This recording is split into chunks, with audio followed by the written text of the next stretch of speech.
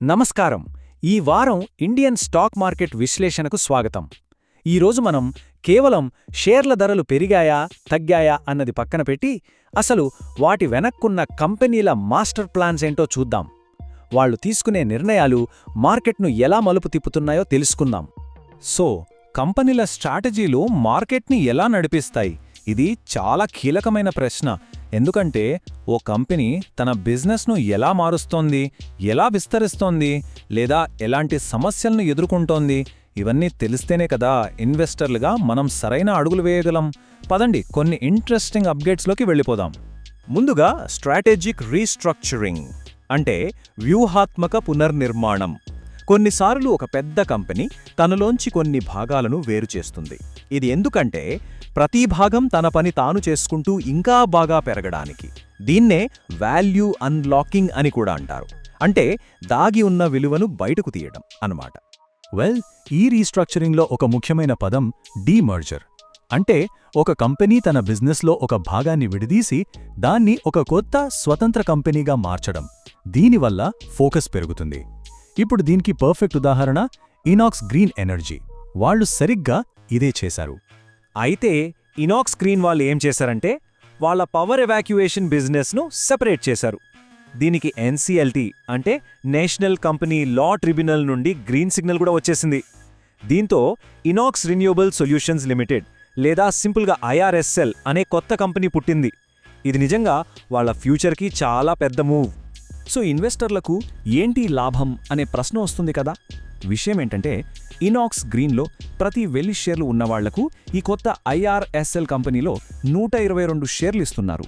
ఇది ఖచ్చితంగా ఇన్వెస్టర్ల పోర్ట్ఫోలియోపై డైరెక్ట్ ఇంపాక్ట్ చూపించే విషయమే. ఓకే, ఒకవైపు కంపెనీలు తమను తాము రీస్ట్రక్చర్ చేసుకుంటుంటే మరోవైపు కొన్ని కంపెనీలు దూకుడుగా విస్తరిస్తున్నాయి. అంటే తమ కెపాసిటీని పెంచుకుంటూ ఎదుగుతున్నాయి. ఇప్పుడు ఆ కేటగిరీలోకొద్దాం. ఈ విస్తరణలో కూడా చూడండి, 2 డిఫరెంట్ అప్రోచ్లు కనిపిస్తున్నాయి. ఒకవైపు జేకే పేపర్ ఏం చేసిందంటే తన సబ్సిడరీ కంపెనీలను తనలో కలిపేసుకుంది. అంటే బలాన్ని కూడగట్టుకుంది. మరోవైపు శ్రీ సిమెంట్ కొత్త ప్లాంట్ పెట్టి ప్రొడక్షన్ పెంచుకుంది. రెండింటి లక్ష్యం గ్రోప్ అయిన దారులు వేరు. జేకే పేపర్ విషయానికి వస్తే జేకేపీఎల్ యూటిలిటీ, సెక్యూరీ ప్యాక్స్, హొరైజన్ ప్యాక్స్ ఈ మూడింటిని తనలో కలిపేసుకుంది.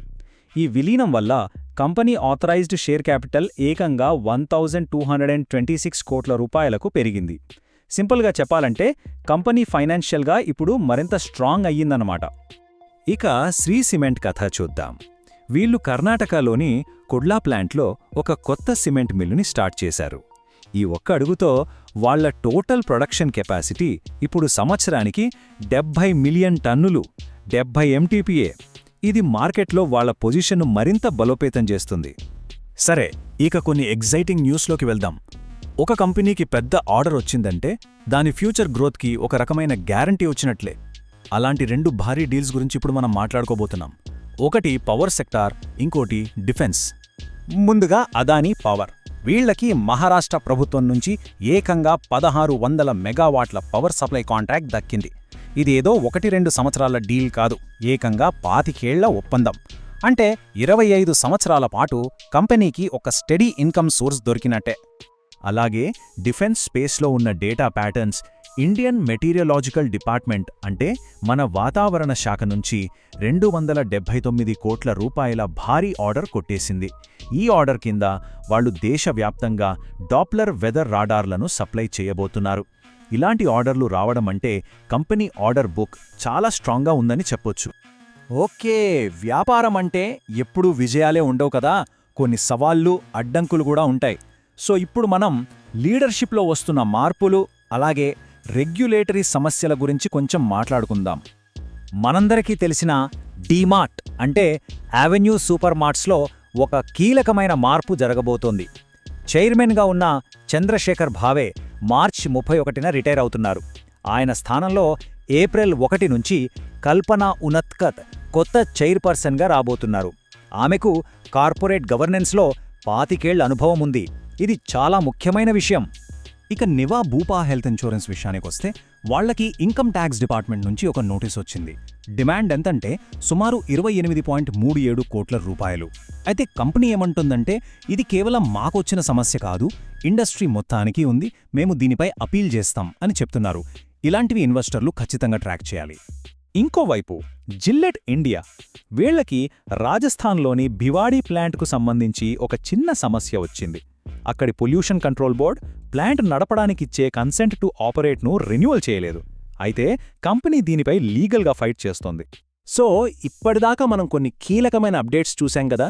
కొన్ని కంపెనీలు తమని తాను మార్చుకుంటున్నాయి, కొన్ని విస్తరిస్తున్నాయి, కొన్ని సమస్యల్ని ఎదుర్కొంటున్నాయి. వీటన్నిటి నుంచి మనం ఏం నేర్చుకోవచ్చో ఇప్పుడు చూద్దాం.